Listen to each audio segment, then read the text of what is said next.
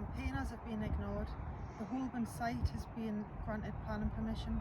I'm standing here behind Commercial Road on plain fields in front of two beautiful Norway maple trees. There's cherry trees on site, there's willow, there's sorbus, there's hawthorn. It's a magnificent site where locals and children play every single day. The play park's going, the field's going, the whole land's getting cleared. That's the first part of enabling work, and then it'll be getting developed for houses. There's been a campaign ongoing to save this field for well over a year. Locals set up a petition.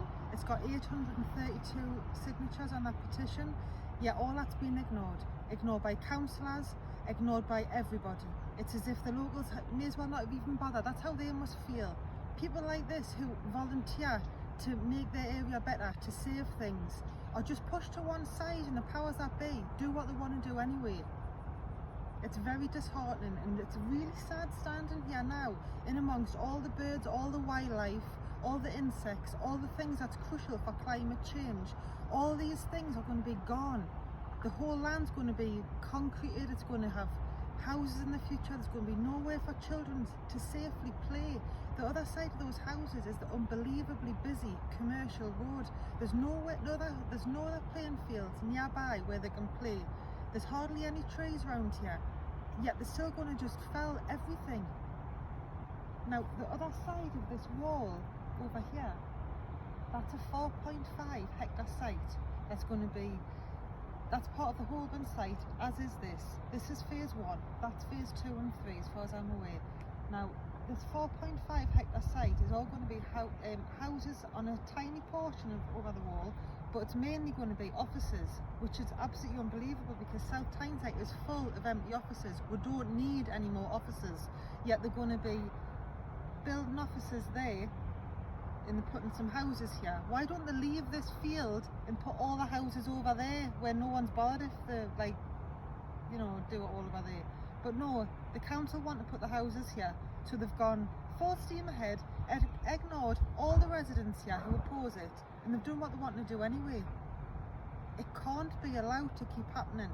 It's an absolute travesty. Now, South Shields Gazette, the 31st of August, stated that there wasn't any objections to any of this work. That is a lie. I personally put in objections on behalf of South Tyneside Tree Action Group.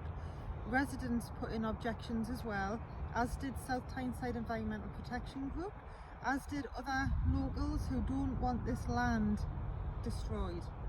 Yet planners told South Tyneside Council's elected councillors on the planning committee that there was no objection submitted, according to the Gazette. I've been in touch with the monitoring officer, RMP, councillors, and I've put in a formal complaint about this because I believe the plan permission must immediately be stopped. If that's true and councillors weren't given all the appropriate information, then the granting plan permission here can't be just, it can't be legal if they've been lied to. We can hopefully still save this land. It needs to be saved for future generations. I'm really angry about this. 33 mature trees are going to be felled for these enabling works. All of this field you see here, the play park's going to be lost. All of this is going to happen because plans have been approved for this area. Now, 33 trees have got a monetary value. Years ago, they used to just have an amenity value. Now you can actually put a price tag on a tree. A CAVIT report, which is a capital asset valuation of amenity trees, puts a valuation of a minimum of £20,000 per mature tree, upwards of £100,000 depending on the size of the tree, the species, it depends on all sorts. But going on a minimum valuation of 33 trees at £20,000 each, that's £660,000 of assets South Tyneside Council are just going to saw away and make into mulch. That can never ever be justified. We're in the midst of a climate emergency where every tree matters. South Tyneside Council have declared a climate emergency, yet they think it's justifiable to fell 33 mature trees for no good reason at all. But time and time again, this is brushed under the carpet. They have an idea, they claim to be liaison with the public, liaison with groups like South Tyneside Tree Action Group and other environmental groups. But when all's said and done, time and time again, it's obvious they're just doing what they want to do. They're not doing this for the good of the community, because the community who live in these houses here want to keep this field. They want to keep the children's play park there that the children play in every single day. They don't want it to be all levelled, every single tree, the cherry trees, all these trees here that'll be going, all the grass removed for houses. They don't want that. But the councillors have failed them. Councillors on the planning committee have failed them. They failed us, residents of South Tyneside, by putting plans through time and time again that'll see healthy trees felled. This cannot be ignored any longer. We have to stand up and say no.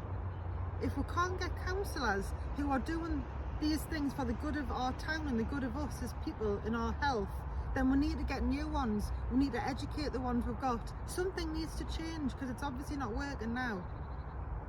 I'm standing here next to the other trees that South Tyneside Tree Action Group want to save.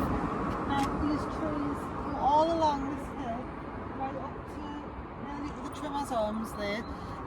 Now these trees are all going to be felled and this land's all going to be levelled here because the council want to use this soil to build up near the River Tyne to get out the flood zone.